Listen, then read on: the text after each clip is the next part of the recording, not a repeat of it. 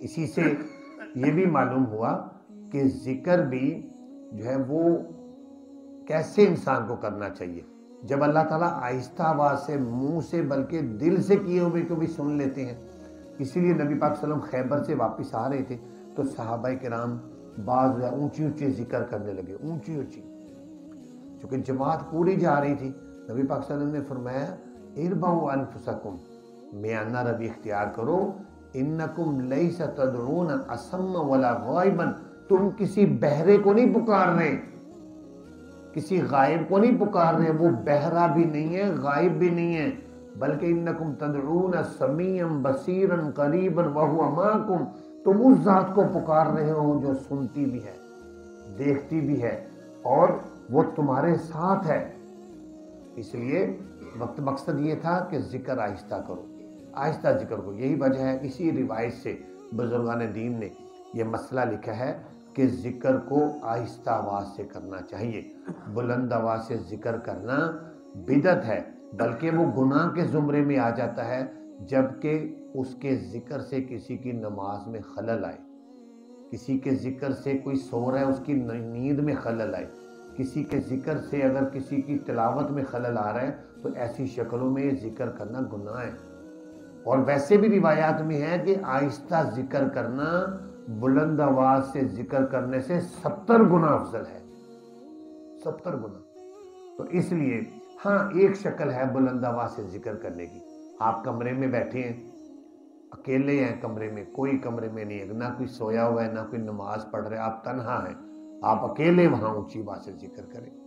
اب مسجد میں اونچی آواز سے ذکر کرنا کہ جس سے لازماً مسجد میں جب نماز کا ٹائم ہوگا کوئی نماز پڑھ رہا ہوگا, کوئی تلاوت کر رہا ہوگا تو خلل آئے. اس لیے امام اعظم ابو حنیفہ رحمۃ اللہ علیہ نے اسی روایات کو دیکھتے ہوئے, احادیث کو دیکھتے ہوئے مسئلہ لکھا ہے کہ بلند آواز سے ذکر کرنا مسجدوں میں یہ بدعت ہے. آگے فرمایا الا یعلم من خلق, کیا نہیں جانتا وہ, خبردار جانتا ہے وہ اس مخلوق کو جو اس نے پیدا کی ہے, وہو اللطیف الخبیر, اور وہ باریک بھی ہے, خبر رکھنے والا ہے, باریک بھی ہے, باریک بھی ہے, وہ خبر رکھنے والا ہے.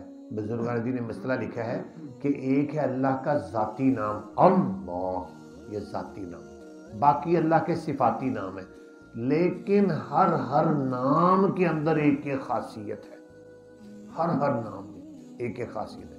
حتیٰ کہ لکھا ہے کہ یا رحیم, یا لطیف, یا کریم, یہ 3 نام ایسی ہیں کہ اگر رشتے کے اندر بچوں کی یا بچی کی کہیں دشواری ہو رہی ہو تو اس کا ورد کریں تو رشتہ ہو جاتا ہے.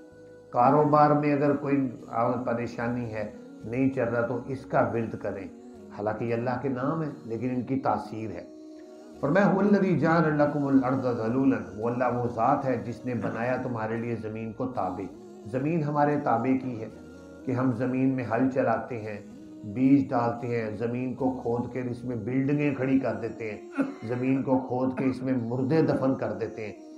اگر زمین لوہے کی طرح ہوتی تو کتنی مشکل ہوتی. فرمایا زمین کو اللہ نے تمہارے تابع کر دیا. فمشوا فی مناکبہا, چلو تم اس کے کناروں میں. زمین کے کناروں کو کیا مطلب ہے؟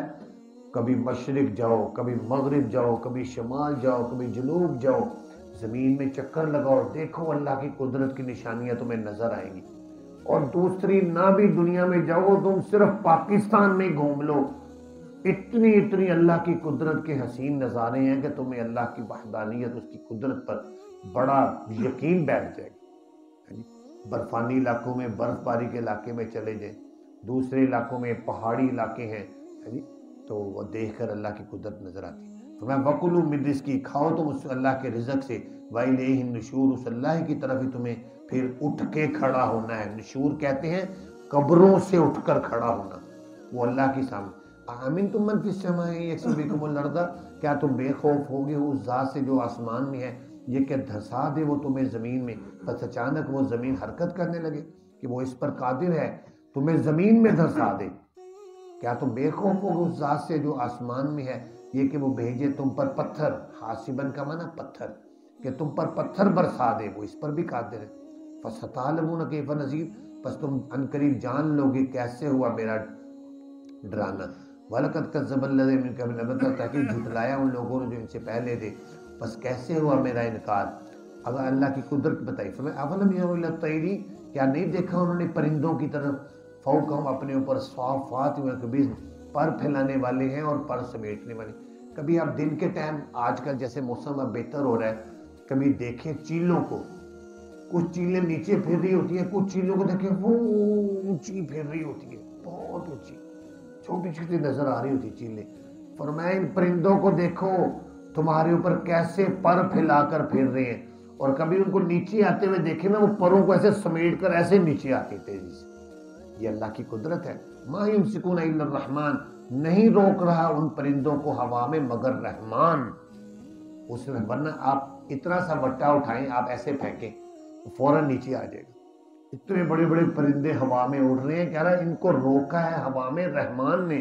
انہ بکل شیء بصیر، بے شک وہ ہر چیز کو دیکھنے والا ہے۔ اللہ تعالیٰ سے دعا ہے اللہ تعالیٰ ہمیں قرآن پاک کو سمجھنے کی توفیق عطا فرمائے۔